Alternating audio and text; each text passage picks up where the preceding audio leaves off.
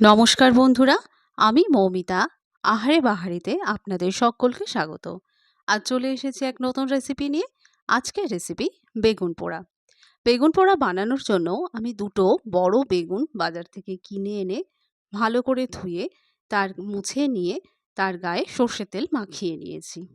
এবারে এই দুটোকে গ্যাসের ওভেনের উপর বসিয়ে দিলাম একটা রুটি সেঁকা জালের উপর। এবারে আগুন জ্বেলে এটাকে সেঁকে নিচ্ছি। ভালো করে এপিঠ ওপিঠ করে এটাকে পুড়িয়ে ফেলতে হবে। দেখুন গায়ের ছালটা কীরকম কালো হয়ে পুড়ে গেছে, যেন সমস্ত বেগুনটার গায়ে এরকম পোড়া ছাল থাকে, তাহলেই গোটা বেগুনটা পুড়ে যাবে। বেগুন পোড়া হয়ে গেছে, আমি গ্যাসটা নিভিয়ে বেগুন দুটোকে ঠান্ডা করতে দিয়েছি। এদিকে কড়াইতে একটু সাদা তেল দিয়ে গরম করে নিয়েছি। এর মধ্যে ৮-১০টা বড়ি ভেজে নিচ্ছি। বড়িগুলোকে হালকা ব্রাউন করে ভাজবো, খুব বেশি পোড়া করে ভাজবো না, তা না হলে তেতো হয়ে যাবে। দেখুন হালকা ব্রাউন কালার এসছে কেমন। এই অবস্থায় বড়িগুলোকে তেল থেকে ছেঁকে তুলে নেব। দেখুন বেগুনটা ঠান্ডা হয়ে গেছে, এবারে এর ছালটা ছাড়িয়ে নেব। তাই প্রথমেই আমি বোঁটাটাকে ছাড়িয়ে নিচ্ছি। বোঁটার অংশটা একটু শক্ত হয়, তাই হাত দিয়ে শক্ত করে চেপে এটা খুলে নিতে হবে। এবারে আস্তে আস্তে গায়ের ছালটা তুলে নিচ্ছি। যেহেতু গায়ে সর্ষের তেল মাখানো ছিল, তাই সহজেই এই খোসাটা ছাড়ানো যাচ্ছে। সর্ষের তেল এই কারণেই লাগানো হয়। দেখুন কেমন খুলে আসছে খোসাটা। এভাবে পুরো বেগুনটা ভালো করে ছাড়িয়ে নেব এবং আরেকটা বেগুন যেটা আছে সেটাও একই রকমভাবে ছাড়িয়ে নেব।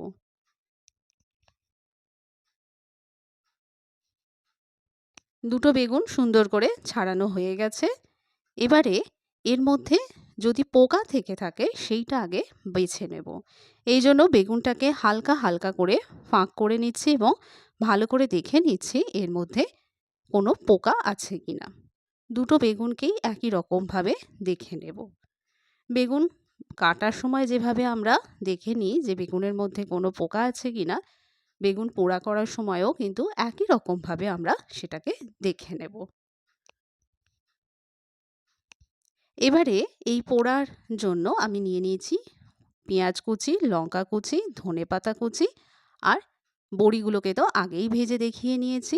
এবারে এই বড়িটাকে আমি একটা বাটির মধ্যে তুলে নিয়ে হাত দিয়ে প্রেস করে ভেঙে টুকরো টুকরো করে নিচ্ছি। বড়িটা অল্প একটু ঠান্ডা হলেই এটা আমরা করে নিচ্ছি। একেবারে ঠান্ডা হয়ে গেলে সেটা কিন্তু ভাঙতে অসুবিধা হতে পারে। আপনাদের যদি হাতে এটা করতে অসুবিধা হয়, আপনারা কোনো হামানদিস্তা বা কোনো শক্ত কিছু দিয়ে এটা করে নিতে পারেন। এবারে বেগুনটা মাখার পালা। প্রথমেই দিয়ে দিচ্ছি সর্ষের তেল। সর্ষের তেলটা প্রায় 2 চামচ মতো দিয়ে দিলাম। এবার এর মধ্যে দিয়ে দিচ্ছি কুচানো ধনেপাতা। এরপর দিয়ে দেবো কাঁচা লঙ্কা, কুচানো পেঁয়াজ। পেঁয়াজগুলো যত সুন্দর করে ছোট ছোট করে কুচানো হবে খেতে তত ভালো লাগবে। আর দিয়ে দিচ্ছি বড়ি ভাজা, যেটাকে একটু আগে আমরা গুঁড়িয়ে নিয়েছিলাম। এই বড়ি ভাজাটা যখন বেগুনের সাথে মাখা হবে তখন এর শক্ত ভাবটা চলে যাবে। বেগুনের রসে বড়িটা অনেকটা নরম হয়ে যাবে। এবারে দিয়ে দিচ্ছি স্বাদ মতো নুন আর দিয়ে দেব সামান্য পরিমাণ চিনি।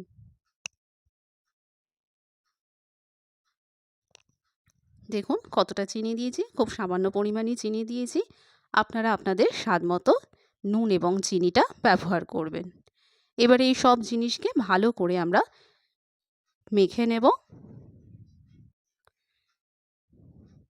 সব অংশটা যাতে ভালো করে মাখা হয়, বেগুনটা যাতে কোনো ডালা ডালা বা গোটা না থাকে সেটা দেখে রাখতে হবে। দেখুন কত সুন্দর করে মাখা হয়ে গেছে।